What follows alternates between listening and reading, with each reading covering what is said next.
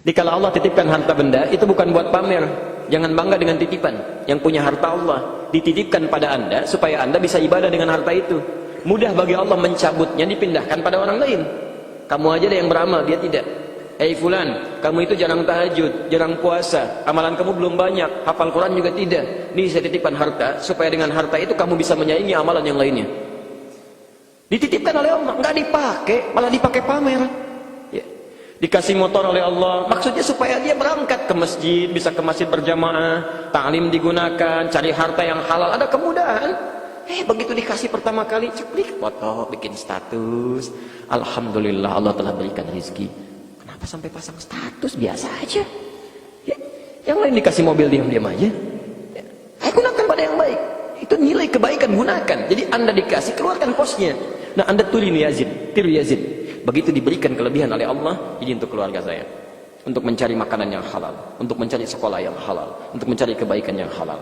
Ini istri supaya masak makanan yang halal, supaya semangat dalam kebaikan. Selebihnya titipan untuk orang lain. Dititipkan lewat tangan Anda supaya Anda memberikannya. Dititipkan lewat tangan Anda aja. Coba cek. Barangkali kelebihan itulah yang jadi infak. Kalau zakat sudah tidak usah ditanya, itu wajib. Ya. Barangkali sebagiannya untuk sedekah. Hati-hati, infak untuk orang tua. Al-Baqarah ayat 215 itu. Ya. Orang tua, kerabat, kemudian anak yatim, orang miskin, ibnu sabil. Yas'alunaka madza yunfiqun qul ma anfaqtum min khairin falil walidain. Anda sudah diangkat oleh Allah, diberikan kesuksesan. Yang berhasil menjadikan Anda sukses barangkali bukan Anda. Anda cuma 30%. Barangkali orang tua tuh, ibu yang sering berdoa di malam hari. Ya Allah, tolong jadikan anak saya, ya Allah, mendapatkan kelapangan hidup. Tidak seperti kami hari ini. Jadikan tempat tidurnya nyaman, tenang dalam hidupnya supaya bisa tahajud di malam hari. Merawat anaknya dengan baik. Tadinya cuma di alas dilihat anaknya. Anaknya belum pernah sadar. Bapaknya nyangkul sana sini berdoa, ya Allah, kalau saya cuma singkong anak saya, berikan kenikmatan.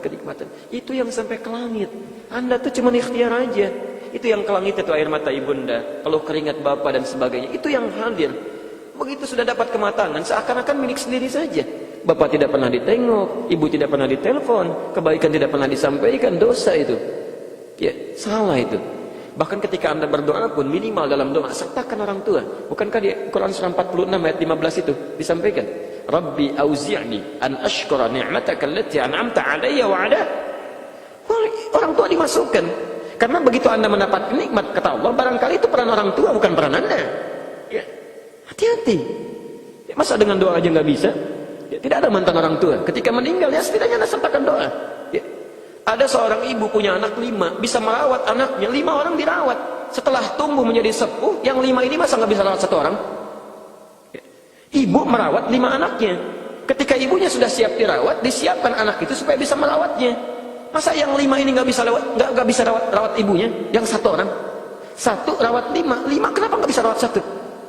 Bahkan ketika salah satunya berada di ujung kematiannya, misal sakaratnya, sulitnya, ibunya akan berkata, ya Allah, kalau bisa mohon jangan anak saya saja ya Allah, saya saja. Bapaknya diam, cari darah, ya Allah, ya Allah, ya Allah, ya Allah.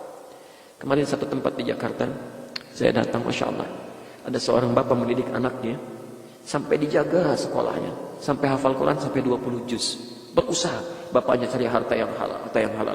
Setelah sampai 20 juz, cara Allah naik motor, sudah kadang kecelakaan, meninggal. Bapaknya diam begini. Kalau bahasa manusia sih begitu, capek gitu kan, rawat, begitu pulang dibacakan Quran, dipimpi, kemudian hilang. Masya Allah. Saya bilang, Pak, itu cara Allah untuk memberikan kasih sayang. Udah pulang, supaya jadi tabungan. Jangan maksiat lagi, sudah, jangan maksiat. Dirawat dalam keadaan baliknya sebelum dia bermaksiat ke depannya, sesuai ajalnya wafat dia dengan Qurannya. Anda akan diberikan mahkota. Sudah, tugas Anda selesai. Anda sudah merawat titipan dengan baik.